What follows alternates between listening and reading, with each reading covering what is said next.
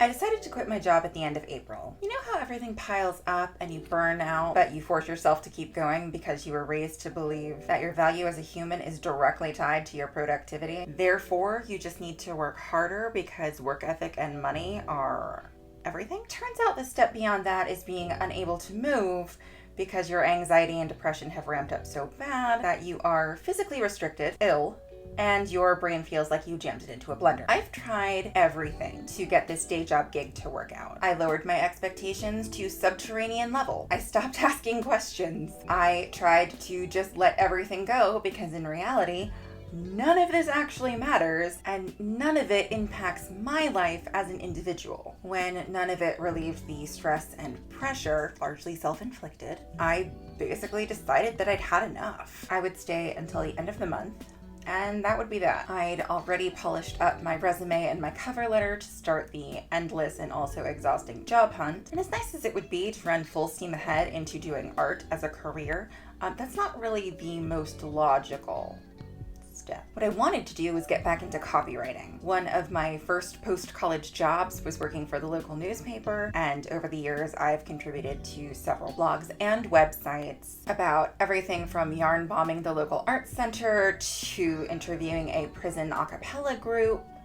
That wasn't terrifying at all, to speaking on the importance of women in the horror genre. I spent all of April sending out resumes to every job from entry-level positions to things that I was completely unqualified for. I told my boss that I was leaving, and honestly, I've never seen anyone look so defeated in their life. I saved up all the money I could with my last couple of paychecks, taking comfort in the fact that I would at least have some sort of safety net this time. The last time I took a major leap, I had moved to Philadelphia on a whim and found myself woefully unprepared and rapidly going broke. Not this time. And of course, I spoke to my therapist. I spoke to my friends. The more people I told, the more real it became. Quitting your job to be a full-time artist is almost everybody's dream in the art community. We all want to do something that we enjoy, not just count pills and answer stupid questions all day. For the record, I work in community pharmacy. I thought my anxiety levels were pretty normal for a gal who just decided to leave her job,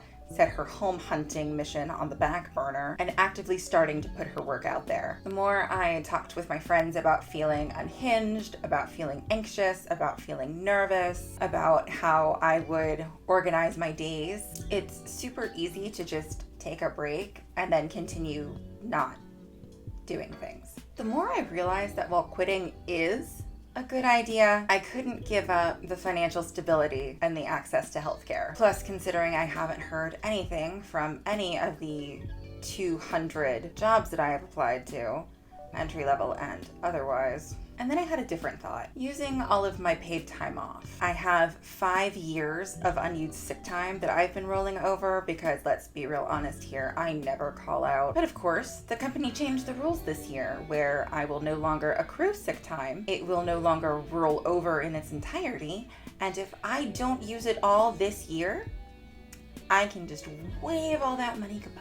And you bet there's no way in hell I am letting that go. Oh no, you're telling me that you have to pay me to stay at home and not come to work? The shock, the horror. Taking every other Monday off for a 3-day weekend every other week sounded like a pretty good deal to me. Plus, even if I took every other Monday off for the rest of the year, I would still have 3 full weeks of vacation time left. The only downside is I'm actually kind of bad about putting in those requests early enough, which reminds me that's what I need to do right after I finish filming this. I will use every single second of that time off that I've earned. I deserve it. I deserve a break.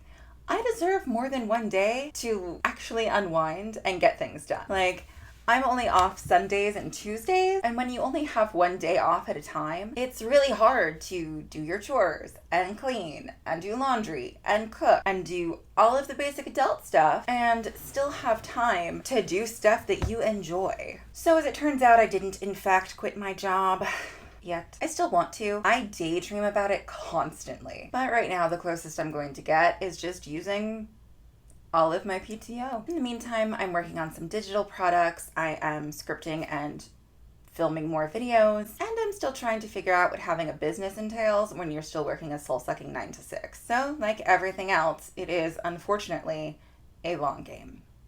It sucks. And that's it. One of these days, I will film a video in which I do actually quit my job. There will be cookie cake. There will be confetti. It will be great. But sadly, it's not today. Thanks so much for hanging out with me. If you would like to hear about the time I almost got kicked out of art school, click here. Or if you're looking for something a little bit more artsy, you can check out this video down here.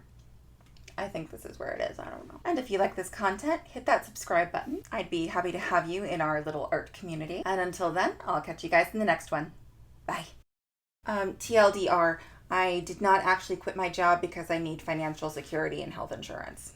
In the current job market, it's crap.